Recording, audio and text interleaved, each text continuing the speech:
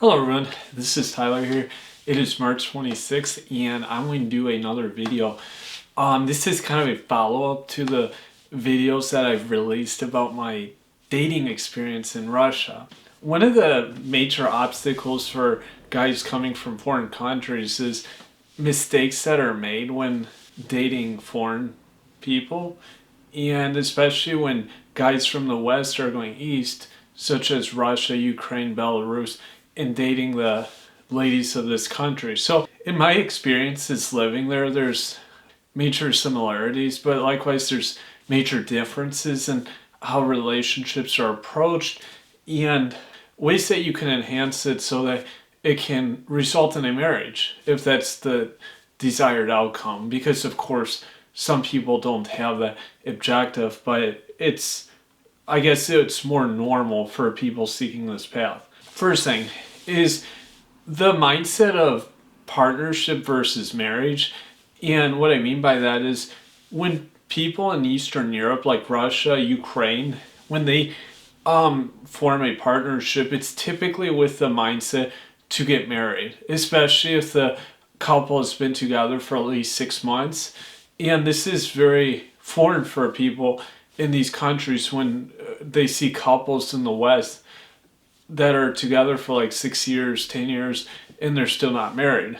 They're just dating or a partner. And that's an understanding that a guy going east, like Russia, has to understand that when they start a partnership, often it's with the mindset that they'll eventually marry. So I think usually it's in the vetting phase, honestly, when someone is dating, that there would be a replacement made, or that they would find another partner, either the man or the woman. That it wouldn't often get to a mature relationship close to marriage, and then there wouldn't be this mindset that then it just continue. Usually it would mature to that final phase, and that's kind of, maybe that's different. Whereas like in the US, for example, many people will a partner that's been with them for 2 years in the same way that they would see someone that's been with them for 2 months. So it's mindset obviously is different. Now the next thing is related to that also is that how like the economics and the kind of traditional partnership was formed historically in these countries. They obviously didn't have the same kind of welfare systems and other support systems that we know in the West. So often there was much more codependency on each of these couples, and they would often have to rely on each other more individually than people would in the West. Now, next thing is like kind of separating checks or bills in general. This is definitely a more foreign concept.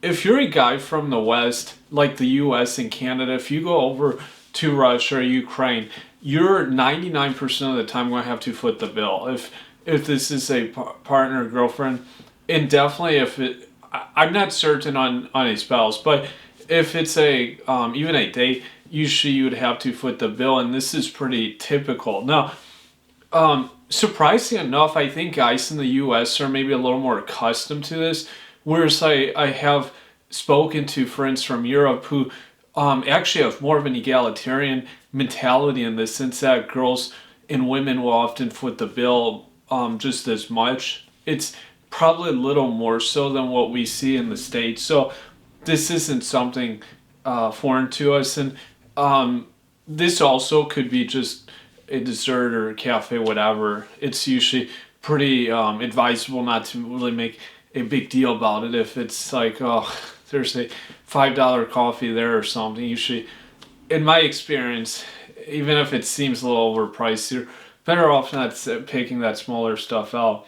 Now the next thing is quite important, and that's gifts. I think this is a really popular thing, honestly, in all of Eastern Europe.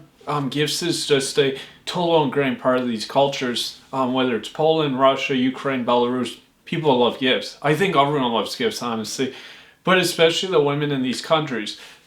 it's always advisable to bring flowers, chocolates, some kind of delicacy after you've been with a person, a woman, for even a brief amount of time. It could be your third date or something. I remember with my ex-girlfriend, I would often always remember flowers. Or another way you can is if you're walking and you see a flower stand, you could say, "Oh, I'll buy you some flowers." If you happen to forget, or for whatever reason you don't have flowers when you meet the person. Next thing is being a leader in this relationship. This is often the perspective of people in these countries. If you're the guy, you're the leader, and there's no exception if you're a foreign guy. This also can be difficult if you do go somewhere and you don't have economics in place, because you may be obsessing about both your economics and just your bottom line. And this actually was a personal issue I had problems with some time ago when I was living in Russia. Fortunately, that's not the case anymore. But if you aren't ready to be a leader, just be aware that you might actually do better with a woman who's older than you. That's maybe more maternal. Now, that's obviously not always the case. That depends on the person, but it's just important to understand that you do take the leadership role. And that also segues into understanding that, like, whether it's contacting or arranging dates or kind of coordinating your life, that as a guy you'll often have to take the leader role. So if that's an issue for you, you may want to start try adapt your mind to it in your own personal life and see how you can kind of be a leader or guide yourself, and then slowly utilize that mindset to guide other people. So these are just some basics to help everyone here, and give me your feedback below. Thank you.